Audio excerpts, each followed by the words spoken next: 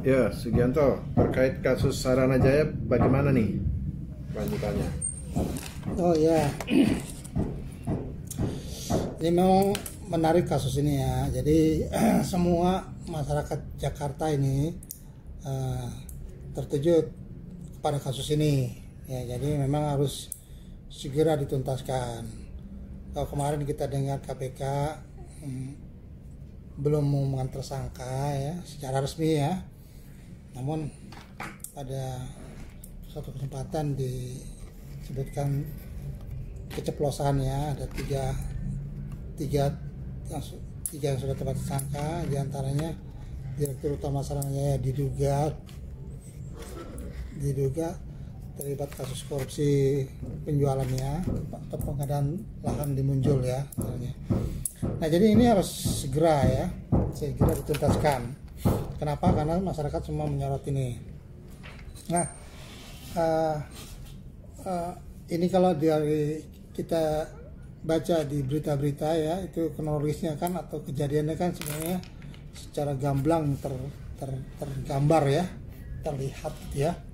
Wah ini sebelumnya punyanya apa Persatuan Suster itu kemudian dibeli atau dijual ya kepada seseorang ya, sebut saja si A gitu ya. Ya kemudian baru dibayar DP 10 miliar ya. Nah, kemudian tidak dilunasi ya, kemudian dibatalkan, tapi oleh oknum yang disebut A tadi itu kemudian sudah dijual lagi ke DKI ya dengan harga sekitar 217 miliar.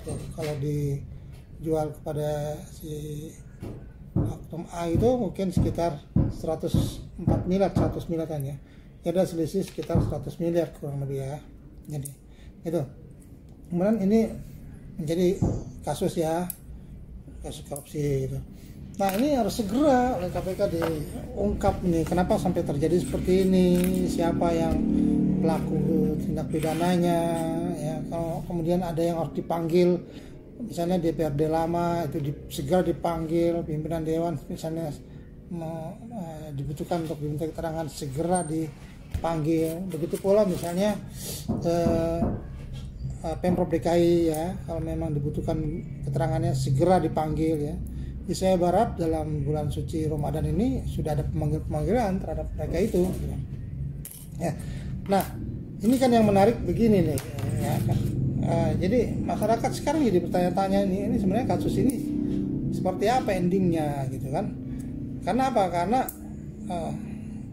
ada beberapa pihak menjelaskan meminta agar dikembalikan kerugian itu ya, bahkan ya, ada beberapa juga penjelasan Saranajaya bersedia mengembalikan. Nah ini kan nanti dikhawatirkan kasus ini menjadi tidak ada kerugian atau tidak ada masalah, sudah dikembalikan gitu ya, gitu. Ini kita curigai ke sana nih nanti dikembalikan ya, artinya sudah tidak kerugian, ini dianggap penipuan ya, misal Saranajaya yang tertipu gitu ya, misalkan gitu ya. Ini kan jadi membingungkan gitu. Nah apalagi kalau kita merujuk ke Undang-Undang Nomor 31 tahun 1999 tentang korupsi, tentang KPK ya, itu kan meski dikembalikan itu ya kerugian itu ya, tapi tidak menghapus dipidananya pelaku tindak pidana gitu. Jadi pasal 2-nya, pasal 3-nya, pasal 4-nya menjelaskan itu juga gitu ya. Jadi ya ini nanti jadi perdebatan ya, kalau sudah sebuah penyidikan dikembalikan apakah ya ini, makanya ini harus segera tuntas gitu. Jadi pada prinsipnya kalaupun nanti dikembalikan ya Saranajaya atau Saranajaya mengembalikan para Pemprov DKI ya, itu kalau menurut saya sih tidak menghapus ya dipidananya pelaku tindak pidana ya, pidana korupsi tersebut ya. Ya makanya ini kan kita menjadi bertanya-tanya ini kasusnya. Oleh karena KPK harus cepat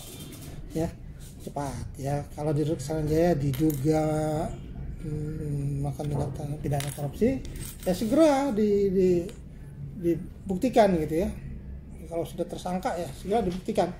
Karena ini kita sekarang khawatir nih, KPK ini kan sekarang bisa menerbitkan SP3 ini kan, kemarin kan baru saja ada terbit satu SP3 dari KPK kan. Nah, kita khawatir nih sekarang dengan KPK kondisi sekarang ini. Bisa saja keluar SP3 dengan alasan tidak cukup bukti, dengan alasan sudah dikembalikan dan sebagainya. Bisa saja itu terjadi. Oleh karenanya agar kecurigaan masyarakat ini tidak terus berkembang, KPK segera menuntaskan kasus ini secepat mungkin. Ya, kami berharap di bulan Ramadan ini, bulan suci ini, semua serba suci, serba bersih ya.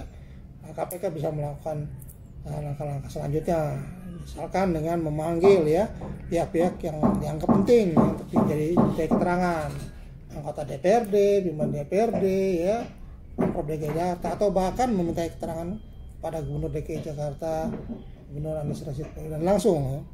Nah, kalau terhadap Gubernur Anies sebenarnya dipanggil KPK itu menjadi penting. Kenapa? Karena dengan dipanggil KPK ya, dan Gubernur Anies bisa ada kesempatan untuk menjelaskan bahwa dia tidak terlibat.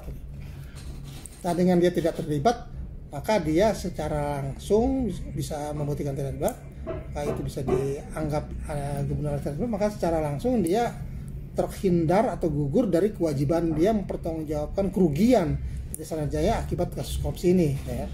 Karena kan sebagai gubernur dia tuh di ketentuan peraturan presiden ya, dia sebagai kuasa pemegang modal ya, artinya modalnya kan 100% punya Pemprov DKI. Jadi kalau terjadi kerugian, gubernur itu bertanggung jawab. Nah, Gubernur Anies dalam hal ini tidak bertanggung jawab apabila bisa membuktikan ada 3 poin tuh ya, tidak terlibat atau tidak melakukan tindak pidana yang merugikan gitu ya. Terus ada 3 poin. Nah, caranya bagaimana bisa membuktikan? Ya harus diperiksa KPK itu tadi. Makanya sebenarnya kepentingannya buat Gubernur Anies itu sendiri.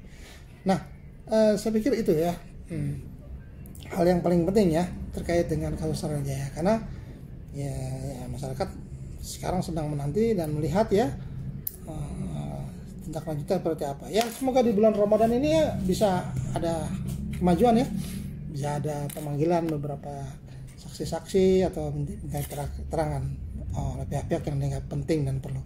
Demikian barangkali saya pikir. Terima kasih. Oke, terima kasih Sugianto.